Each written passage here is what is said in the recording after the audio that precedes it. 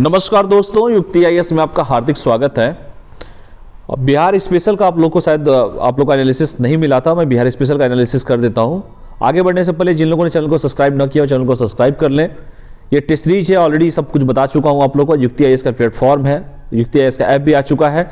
Google के play store पर जाएंगे, युक्ति आईएएस सर्च करेंगे तो ये ऐसे लोगों खुल के मिल जाएगा आपको। और आज शाम को 7 बजे से पॉलिटी का टेस्ट है। जिनको भी टेस्ट देना हो वो दिए गए समय में दिए गए पेपर पे सम्मिलित होकर अपने स्कोर को देख सकते हैं। टेस्ट देंगे खुद पता चल जाएगा आप लोगों को। जिनको भी अदर स्टेट का अगर किसी को पेपर देना हो, जैसे यूपीएससी का है, बिहार पीसीएस का है, JPSC, RPSC, UP PCS, MP PCS, Uttarakhand PCS, Chhattisgarh PCS, तो इसके भी टेस्ट आपको ऐप पे मिल जाएंगे। इनको वनडे एग्जाम की जो तैयारी करते हैं, एसएससी का, बैंकिंग का, रेलवे का, यूपी पुलिस का, बिहार पुलिस का, आईबी का, डीआरडीओ का, एफसीआई का, किसी का भी, तो वो भी टेस्ट आप यहाँ पर दे सकते हैं। ठीक है, युक्ति आईएएस के प्लेटफॉर्म पे है। चलिए आगे बढ़ते हैं। ये देखिए 67 बीपीएससी है। आज भी पॉलिटी का टेस्ट है। सब्जेक्ट वाइज टोटल 7 टेस्ट मिलेंगे आपको। फुल टेस्ट 17 मिलेंगे, एक फ्री टेस्ट होगा और 21 टोटल मॉक टेस्ट है। यहाँ पे देख लीजिए। आगे बढ़ते हैं। यहाँ पे एसएससी बूस्टर जो है 1 ईयर का जो पैकेज है, अगर एसएससी, बैंकिंग, रेलवे सभी का कॉम्बो लेते हैं 2000 टेस्ट मिलेगा आपको 399 में, 2 साल के लिए वैलिडिटी होगा। एसएससी का 1 साल का 199 500 टेस्ट है, बैंक का भी 199 500 टेस्ट है और रेलवे का भी 199 500 टेस्ट है। ठीक है, तो चलिए सबसे पहले हम चलते हैं 101 जो क्वेश्चन था आपका बिहार स्पेशल। तो बिहार स्पेशल से 25 क्वेश्चन आते हैं और 25 क्वेश्चन आते हैं, उसी का एनालिसिस मैं कर देता हूं बिहार स्पेशल का। तो आपका क्वेश्चन नंबर था हमारे ख्याल से 101 से था। चलिए सीधे चलते हैं। 116 नंबर था तो 116 चलते हैं सीधे। तो 116 पे बिहार स्पेशल स्टार्ट होगा और बहुत इंपॉर्टेंट है। ये वो क्वेश्चन है बिहार स्पेशल के जो आपके कट ऑफ को डिसाइड करते हैं। क्योंकि जो बिहार स्पेशल का जो क्वेश्चंस पूछता है, सपोज करके जो बिहार का स्टूडेंट है या अदर स्टेट का स्टूडेंट है, तो बहुत सारे अदर स्टूडेंट ऐसे होते हैं जो वहाँ का स्पेसिफिक नहीं पढ़ते। जैसे मान लीजिए यूपी का कोई है, बिहार का पेपर तो बहुत अमूमन देखा गया कि बिहार का पेपर नहीं पढ़ता, तो ये बड़ा स्कोरिंग सब्जेक्ट होता है। ठीक है, तो 116 नंबर पर सीधे चलते हैं। 25 क्वेश्चन के आसपास होगा बिहार स्पेशल का। तो 116, 101 रोलेट एक्ट आज ही पढ़ाया हूँ आप सभी को। तो दूसरा क्वेश्चन 116, चलिए बढ़िया है। 116 में 116 में क्वेश्चन पूछा गया था कि कौमुदी महोत्सव नामक नाटक निम्नलिखित में से किसकी रचना है। ये क्वेश्चन पूछा गया था। कौमुदी महोत्सव नामक नाटक किसकी रचना है? तितिशुक, विविजिका, शूद्रक, चाणक्य, किसकी रचना है? यही आप लोगों से क्वेश्चन पूछा गया था। तो 116 का जो सही आंसर है वो है विजिजिका। कौमुदी महोत्सव नामक नाटक रचना विजिजिका या विजयंबिका की रचना है, जो कि कर्नाटक की रानी थी। कहाँ की रानी थी? कर्नाटक की रानी थी। यह नाटक पाटलिपुत्र के राजकुमार कल्याण वर्मन के जीवन पर आधारित है, जिसका दत्तक भाई चंद्रसेना प्रतिद्वंदी के साथ गठबंधन बनाता था, लिच्छवी और विश्वासघाती रूप से मगध पर हमला करता था। तो इस क्वेश्चन का सही आंसर क्या हो जाएगा? आंसर हो जाएगा बी फॉर बॉय। ठीक है, विजिजिका इसका सही आंसर हो जाएगा। अगला क्वेश्चन पूछा गया था कि निम्नलिखित में से किसके शासनकाल में गौतम बुद्ध को ज्ञान की प्राप्ति हुई थी? बताओ, गौतम बुद्ध को ज्ञान की प्राप्ति हुई थी, कहाँ हुई थी, किस वृक्ष के नीचे हुई थी? ये खूब लोग पढ़ते हैं, लेकिन ये नहीं पढ़ते हैं कि निम्नलिखित में से किसके शासनकाल में गौतम बुद्ध को ज्ञान की प्राप्ति हुई थी। तो उस शासक का नाम जैसे बिंबिसार है, बृहदत्त है, अजातशत्रु है, उदयन है, किसके शासनकाल में हुई थी? तो बिंबिसार के शासनकाल में। ऑप्शन ए जो है वो सही है। बिंबिसार के शासनकाल में गौतम अथवा सिद्धार्थ ने गया के निरंजन नदी के किनारे एक पीपल वृक्ष के नीचे 528 ईसा पूर्व में सर्वोच्च ज्ञान की प्राप्ति हुई थी। बिंबिसार के शासनकाल में मगध का विस्तार संपूर्ण बिहार में हो गया था। तब बिंबिसार का प्रभाव लिच्छवी, अवंती, गंधार, कंबोज, कौशल, पंचाल तक फैल गया था। बिंबिसार का शासनकाल 544 से 492 ईसा पूर्व तक माना तक जा रहा है। अगला क्वेश्चन है, गंगा नारायण सिंह के नेतृत्व में भूमिजों का व्यापक विद्रोह कब हुआ था? 30 से 31, 1830, 31, 1831, 32, 1832, 33, 1835, 36। तो इसका जो सही आंसर है 1832 और 33 के बीच में हुआ था, इसलिए आंसर जो है वो सी जो है इसका बिल्कुल ही सही है। 1832 से 1833 के बीच में ये आंदोलन हुआ था। गंगा नारायण सिंह नेतृत्व में धार भूमि, बड़ा भूमि तब पाटकुम परागणों में भूमिजों का व्यापक विद्रोह हुआ था। यह विद्रोह बाण भूमि के राजा तो था उसके पदाधिकारी विशेषकर दीवान माधव सिंह तब कंपनी सरकार के खिलाफ था। 26 अप्रैल 1832 ईस्वी को गंगा नारायण सिंह ने दीवान माधव सिंह की हत्या कर दी। इस हत्या के साथ विद्रोह की शुरुआत हो गई थी। तो ये भी क्वेश्चन बहुत इंपॉर्टेंट है, गंगा नारायण सिंह जी का जो पूछा है क्वेश्चन 1832 से 33 तक का, ये भी बड़ा महत्वपूर्ण क्वेश्चन है। अगला क्वेश्चन पे चलते हैं। बिहार उड़ीसा बंटवारे के बाद विवादित क्षेत्र निम्नलिखित में से कौन सा रहा था? तो ऑप्शन 4 दिया है, पुरुलिया, धनबाद, चाईबासा, सरायकेला, खरसवा। तो इसका जो सही आंसर है, एक मिनट रुक जाइए आप सभी के सभी। 117 से हम लोग चले थे, 116 से स्लाइड थोड़ा आगे पीछे हो गया है, कोई बात नहीं, आप लोग बस वेट करिए 1 मिनट। अब जब हो गया है तो उसके लिए क्या कर सकते हैं। तो 116 का जो 117 से मैंने जो क्वेश्चन पढ़ाया था, कौमुदी महोत्सव हो गया, गंगा जी का हो ही गया, बिहार उड़ीसा बंटवारे का वाला बढ़ाई दिया आपको। चलिए बिहार उड़ीसा वाला देख लीजिए।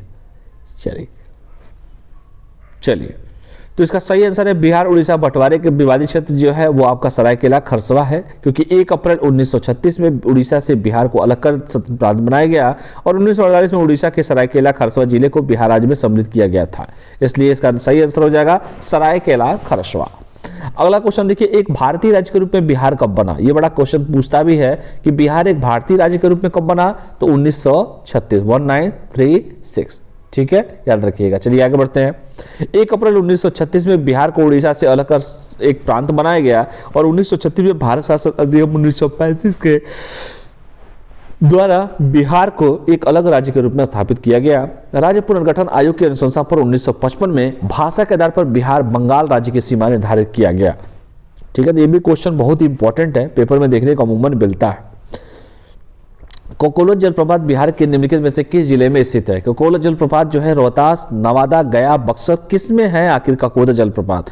तो ऑप्शन इसका सी, इसका ऑप्शन नवादा है, नवादा, कोई वादा नहीं है। कोकोलो जलप्रपात नवादा जिले में स्थित है। इस जलप्रपात की कुल लंबाई 47 मीटर है। 7 धाराओं का एक समूह से इस जलप्रपात का निर्माण होता है। ये बड़ा इंपॉर्टेंट है। इस जलप्रपात का पानी हमेशा ही ठंडा रहता है। अगला क्वेश्चन है, कोसी नदी घाटी परियोजना की शुरुआत कब हुई थी? 1951, 1952, 1954, 1955। तो कब की गई थी? 1954 में, 1954 में कोसी नदी घाटी परियोजना का निर्माण नदी के जल के नियंत्रण के लिए भारत सरकार और नेपाल सरकार के द्वारा 1954 में की गई थी। कोसी नदी को अपनी विनाशकारी बाढ़ों के लिए भी जानी जाती है और इस कारण इसे बिहार का शोक भी कहा जाता है। बड़ा इंपॉर्टेंट क्वेश्चन है 1954 वाला, जो कोसी नदी का मैंने पूछा आप लोगों से, और ये भी पूछता है कि बिहार का शोक किस नदी को कहा जाता है? तो उस नदी का नाम है कोसी नदी, कोसी रिवर। 123 है, बिहार में निम्नलिखित में कितने प्रतिशत भूभाग में वनाच्छित है? 7.8, 7.2, 7.3, 7.4, 7.5। कितना है इसका सही आंसर है? तो इसका सही आंसर जो है 7.3, यानी कि ऑप्शन सी जो है, बिहार में 7.3% भूभाग में वनाच्छित है। बिहार में 33% भागों पर वनों का विस्तार किए जाने का लक्ष्य राष्ट्रीय स्तर पर रखा गया है। अभी तक 25.7% भाग में विभिन्न योजनाओं के अंतर्गत वृक्षारोपण किया जा रहा है। सामाजिक मानकीकरण का 3 कार्यक्रम चलाए जा रहे हैं। जिन क्षेत्रों में वन का ह्रास हुआ है वहां पर पुनः वन लगाना, ऊसर भूमि पर मिश्रित वृक्षारोपण, आश्रित पट्टी का विकास आदि करना है। बिहार में निम्नलिखित में से कितने प्रकार की अनुसूचित जातियां निवास करती हैं? ऑप्शन है 22, 33, 44, 55। तो बिहार में 33 प्रकार की अनुसूचित जनजातियां निवास करती हैं और बिहार में निवास करने वाली प्राय सभी जनजातियां झारखंड राज्य से आकर बसी हैं। बिहार में रहने वाली जनजातियों के नाम है थारू है, मुंडा है, कोरबा है, कोल है, कोरा है, लोहरा है, उराव है, संथाल है, कंवर है, खड़िया है, गोंड हो, करमाली है, कवर है, चेरो है, चीक है, बैगा है, अगुरिया, असुर इत्यादि पाई जाती हैं। इनके टोटल 33 जनजातियां हैं वो पाई जाती हैं। ठीक है, अगला क्वेश्चन देखते हैं। बिहार की औसत वर्षा निम्नलिखित में से कितनी सेंटीमीटर है? कोई बता सकता है महानुभाव, बिहार की औसत वर्षा कितनी सेंटीमीटर है? तो बेटा जो औसत वर्षा है वो है 112 सेंटीमीटर, चूंकि 50 से लेकर यहाँ पर 150 का है, इसलिए इसका आंसर हो जाएगा बी। 112, 112 जो है वो हो जाएगा 112 सेंटीमीटर जो है। बिहार की औसत वार्षिक वर्षा 112 सेंटीमीटर है, लेकिन बिहार में वर्षा का वितरण में प्रदर्शित और समानता पाई जाती है। बिहार के मैदानी भागों में 100 सेंटीमीटर से 200 सेंटीमीटर वर्षा होती है, तथा उत्तर पूर्वी विभाग और उत्तरी पश्चिमी विभाग के छोटे प्रदेशों में 200 सेंटीमीटर से भी अधिक वर्षा हो जाती है। बिहार में सबसे अधिक वर्षा किशनगंज जिले में होती है, जबकि सबसे कम वर्षा औरंगाबाद में होता है। बहुत इंपॉर्टेंट क्वेश्चन, बहुत ही खूबसूरत क्वेश्चन था। 125 126 में देखते हैं, नलकूपों द्वारा सिंचाई के बिहार का राज्य अग्रणी जिला निम्नलिखित में से कौन सा है? तो इसमें जो सही आंसर है आपका किशनगंज। किशनगंज वो जिला है जो सबसे ज्यादा नलकूपों से सिंचाई करता है, दिए गए मैम। जैसे गया है, कैमूर है, किशनगंज है, रोहतास है। जिसमें अग्रणी राज्य का सही क्रम है पटना, कटिहार, बेगूसराय, किशनगंज, समस्तीपुर और मुजफ्फरपुर।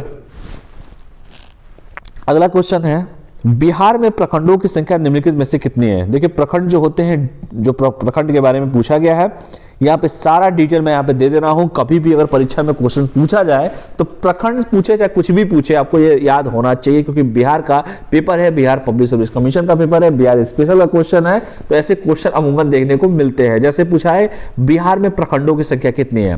522, 533, 534, 536 कितनी है? तो देखो यहाँ पर सिंपल सा क्वेश्चन है।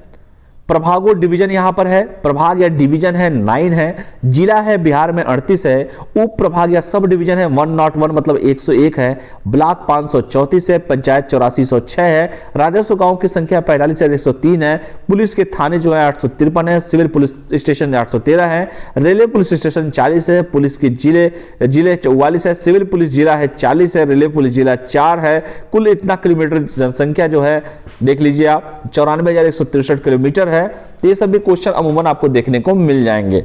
ठीक है, कुल क्षेत्रफल देख लीजिए, जनघनत्व 1106 वर्ग किलोमीटर है, औसत वर्षा के दिनों की संख्या यहाँ पर 52.5 है। तो यहाँ पर पूरा डिटेल दे दिया हूं। अगर किसी परीक्षा में अगर इसमें से देखिए एक क्वेश्चन जरूर आपको देखने को मिलेगा। तो इसका सही जो आंसर था वो मैंने आप लोगों को बता दिया। तो इसका सही आंसर जो है वो है 534 है।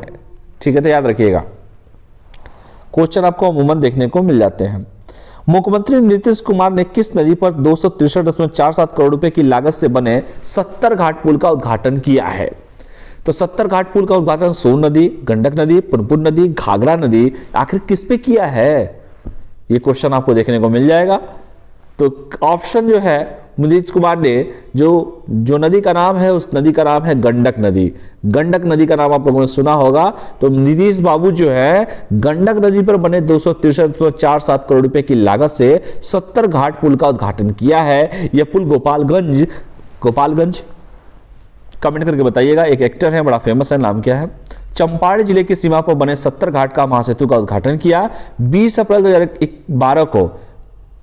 मुख्यमंत्री नीतीश कुमार ने गंडक नदी पर 70 घाट पुल का शिलान्यास किया। इस पुल का निर्माण वस्तिका कंस्ट्रक्शन कंपनी के द्वारा किया गया है। तो बस इतना जानिए कि वो नदी थी गंडक। ठीक है, अगला क्वेश्चन देखते हैं। वर्तमान उप मुख्यमंत्री जिनका नाम रेणुका देवी को नीतीश कुमार के सरकार में किस वर्ष के मंत्रिमंडल में कला संस्कृति व युवा कल्याण मंत्री बनाया गया था? तो इनका नाम है 2007, 2010, 2014, 2015। तो इनको 2007 में किया गया। नीतीश बाबू जब 2007 में थे तो रेणुका देवी जी को नीतीश कुमार के मंत्रिमंडल में कला संस्कृति व युवा कल्याण मंत्री बनाया गया था। ठीक है, याद रखिएगा। साल 2000 में पहली बार विधायक बनी थी रेणु देवी और 2005 और 2010 में विधायक निर्वाचित हुई। रेणुका देवी 2005 से नीतीश कुमार कैबिनेट में राज्य की खेल, कला और संस्कृति मंत्री का कार्यभार दिया गया था। अगला क्वेश्चन है, स्वच्छता सर्वेक्षण 2020 के अनुसार 100 से अधिक नगर निकाय वाले राज्यों में बिहार को कौन सा स्थान प्राप्त हुआ है? ये क्वेश्चन है, बड़ा खूबसूरत क्वेश्चन है। 32वां, 25वां, 20वां और 13वां। तो आपको क्या लगता है कि कौन सा स्थान हो सकता है? तो इसका जो सही आंसर है, इसका सही जो आंसर है मैं आप लोग को बता देता हूं। एक मिनट रुक जाइए आप लोग। तो इसका सही जो आंसर है आपका डी, 13वां स्थान इसको प्राप्त हुआ है। ठीक है, तो स्वच्छ सर्वेक्षण 2021 की स्टेट रैंकिंग में 100 से अधिक नगर निकाय वाले राज्यों में बिहार 13वें स्थान पर है, जबकि ऑल इंडिया जिला रैंकिंग में देश भर में 659 जिलों में से गया को 289, सुपौल को 300, पटना को 313 और मुजफ्फरपुर को 351 स्थान प्राप्त हुआ है। तो पटना वाला थोड़ा देख लेना बेटा, 313 है। बड़ा क्वेश्चन इंपॉर्टेंट है, पूछ सकता है। बिहार के किस जिले में doctor APJ Abdul Kalam science science city का निर्माण किया जा रहा है? दरभंगा, नालंदा, पटना, पूर्णिया। तो पटना में जो है साइंस सिटी का जो निर्माण जो है वो किया जा रहा है। तो इसका सही आंसर हो जाएगा पटना। पटना में साइंस सिटी का निर्माण राजधानी पटना के प्रेमचंद रंगशाला और पटना के मोइनुल हक स्टेडियम के मध्य पर किया जा रहा है। तो ये भी ध्यान दीजिएगा इस क्वेश्चन को। अगला क्वेश्चन देखते हैं। हैप्पीनेस इंडेक्स 2021 में बिहार को निम्नलिखित में से कौन सा स्थान प्राप्त हुआ है? हैप्पीनेस मतलब हंसी वाला। तो इसमें सही आंसर है 25वां, 27वां, 30वां और 35वां ऑप्शन दिया गया था और इसका सही आंसर है 25 स्थान दिया गया है, 25वां स्थान दिया गया है। तो इसको ध्यान दीजिएगा। इस रिपोर्ट के अनुसार पंजाब, अंडमान निकोबार और मिजोरम 3 रैंक सबसे ऊपर है, जबकि बिहार को 25वां रैंक मिला है। उत्तर प्रदेश का स्थान 10वां स्थान है। कोविड के साथ समय छत्तीसगढ़ सबसे निचले पायदान पर था। बाकी समझदार हैं आप लोग। छत्तीसगढ़ के बारे में मैं क्या बोलूं, अच्छा जगह है, बढ़िया जगह है। मध्य प्रदेश से अलग राज्य के रूप में आया था अस्तित्व में। सर्वप्रथम मधुबनी चित्रकला से संबंधित चित्रशाला की लंदन की आर्ट गैलरी प्रदर्शनी कब लगाई गई थी? 41, 42, 43, 44, 45 कब लगाई गई थी? आंसर इसका 1942। तो देख लीजिएगा 1942 है, आंसर बी है। सर्वप्रथम मधुबनी चित्रकला से संबंधित चित्रशैली को लंदन की आर्ट गैलरी प्रदर्शन 1942 लगाई गई थी और 1966 में इस कला को लोकप्रियता तब खातिर मिली जब भारतीय हस्तशिल्प परिषद के सदस्य भास्कर कुलकर्णी मधुबनी आए थे। ठीक है, तो 1942। अमरनाथ झा पुरस्कार बिहार में किस क्षेत्र के लिए दिया था? अमरनाथ झा का पुरस्कार जो था वो बाल साहित्य के लिए दिया जाता है, चिल्ड्रंस लिटरेचर के लिए दिया जाता है। अमरनाथ झा जो है वो चिल्ड्रन पुरस्कार दिया जाता है, बिहार राज्य में विभाग द्वारा दिया जाता है। अमरनाथ झा प्रसिद्ध विद्वान, साहित्यकार और जाने माने और उसे राजभाषा बनाने में अमरनाथ झा ने बहुमूल्य योगदान दिया था। अगला क्वेश्चन देखते हैं। बिहार का प्रथम दूरदर्शन केंद्र निम्नलिखित में से कहां पर खोला गया था? हाजीपुर, मुजफ्फरपुर, भागलपुर और पटना। 4 पुर है, 3 पुर है, 1 पटना है। तो इसका सही जो आंसर है मुजफ्फरपुर, जहां की लीची बड़ा फेमस है। मुजफ्फरपुर में प्रथम दूरसंचार केंद्र का मुजफ्फरपुर में 1978 में स्थापित किया गया था। चलिए अगला क्वेश्चन देखते हैं। अगला क्वेश्चन है कि सजावटी पर्दे से संबंधित हथकरघा उद्योग का केंद्र निम्नलिखित में से बिहार के किस जिले में है? मधुबनी, भागलपुर, बांका, नालंदा, इनमें से कोई नहीं। तो इसका जो सही आंसर है वो आंसर है डी, नालंदा। कोई बताया था? कमेंट करके बताइए आप लोग। चलिए अगला क्वेश्चन देखते हैं। बिहार आर्थिक समीक्षा 2020-21 के अनुसार वर्ष 2019 में कुल सड़क दुर्घटना में बिहार को निम्नलिखित में से किस श्रेणी के अंतर्गत शामिल किया गया? बड़ा ये सब क्वेश्चन बहुत आजकल इंपॉर्टेंट हो गया है बिहार स्पेशल के लिए। तो आंसर इसका है 10,001 से 20,000 के बीच में। ठीक है, तो इसको ध्यान से पढ़ लीजिएगा कि बिहार आर्थिक समीक्षा, बिहार इकोनॉमिक सर्वे 2020-21 के अनुसार 2019 में कुल सड़क दुर्घटना में बिहार को 10,001 से 20,000 के बीच में मार्ग दुर्घटना में लोग गए हैं।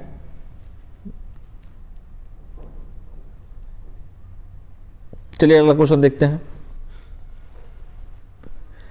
बिहार में कामकाजी उम्र वाली आबादी वर्ष 2011 के 43% से कितना अंक बढ़कर वर्ष 2041 तक कितना प्रतिशत होने का अनुमान है? 9% की बढ़ोतरी के साथ 48% के स्तर तक, 11% की बढ़ोतरी के साथ 50% के स्तर तक, 13.8% की बढ़ोतरी के साथ 54.6% के स्तर पर और 15.3% की बढ़ोतरी के साथ 50.3% के स्तर पर। क्या हो सकता है इसका सही आंसर?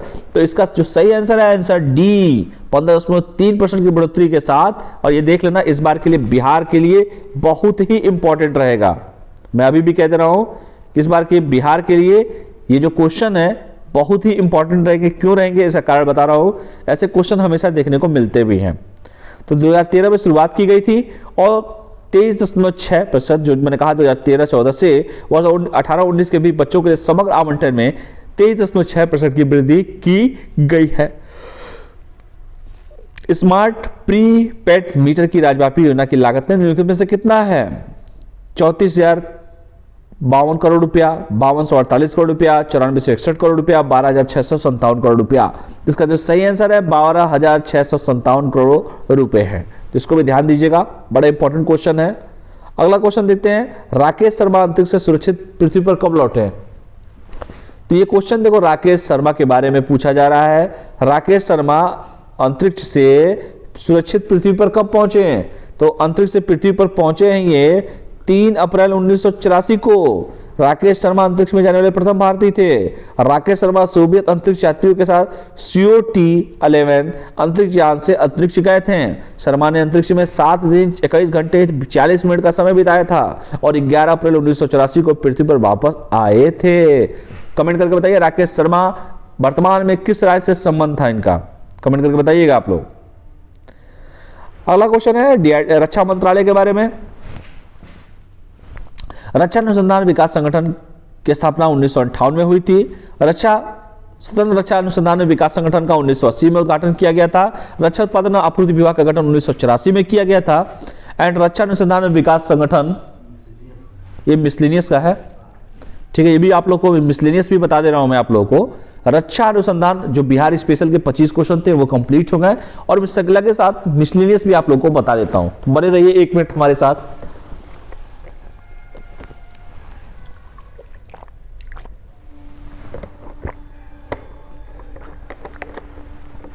तो इसका जो असत्य पूछा है यहाँ पे, सिंपली पूछा क्या है असत्य, तो हम असत्य ही बताएंगे। हम क्यों सत्य बताएंगे, जब असत्य पूछा तो असत्य बताया जाएगा। पहला क्वेश्चन है कि रक्षा अनुसंधान विकास संगठन की स्थापना वर्ष 1958 में किया गया था। बी पूछा है कि स्वतंत्र रक्षा अनुसंधान और विकास विभाग का गठन 1980 में किया गया था। सी पूछा है कि रक्षा उत्पादन और आपूर्ति विभाग का गठन 1984 में किया गया था। एंड डी पूछा है रक्षा अनुसंधान और विकास संगठन का मुख्यालय मुंबई में है। और ई पूछा है इनमें से कोई नहीं, एक से अधिक। इसका सही जवाब है ऑप्शन डी जो है वो बिल्कुल ही गलत है, क्योंकि जो रक्षा अनुसंधान और विकास संगठन का मुख्यालय पहली बात तो मुंबई में नहीं है। क्यों नहीं है, यह सत्य है, कारण बता दे रहा हूं कि रक्षा अनुसंधान और विकास संगठन का मुख्यालय मुंबई नहीं है बेटा, दिल्ली है। कहां है, दिल्ली। दिल्ली की राजधानी का, भारत की राजधानी क्या है, दिल्ली, तो दिल्ली में है।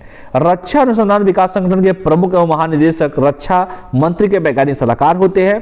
रक्षा अनुसंधान विकास संगठन की स्थापना 1958 में की गई थी। स्वतंत्र रक्षा अनुसंधान विकास विभाग का गठन 1980 में किया गया था, जबकि रक्षा उत्पादन और आपूर्ति विभाग का गठन 1984 में किया गया था। और डीआरडीओ के वर्तमान चेयरमैन जो हैं वर्तमान डॉक्टर जी सतीश रेड्डी साहब हैं। ठीक है, तो इतना आप लोग को मालूम होना चाहिए। मिसलेनियस में क्वेश्चन पूछे जाते हैं।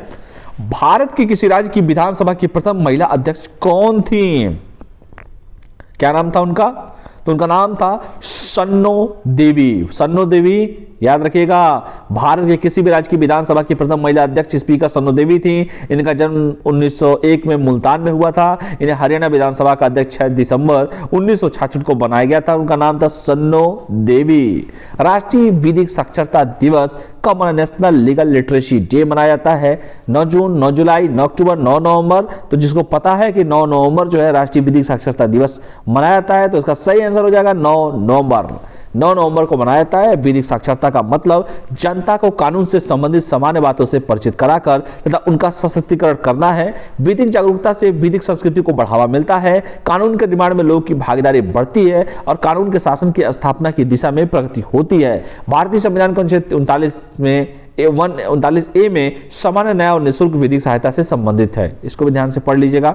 अगला क्वेश्चन है कि श्रीमती प्रतिभा पाटिल का भारतीय गणतंत्र के रूप में राष्ट्रपति के रूप में क्रम क्या है?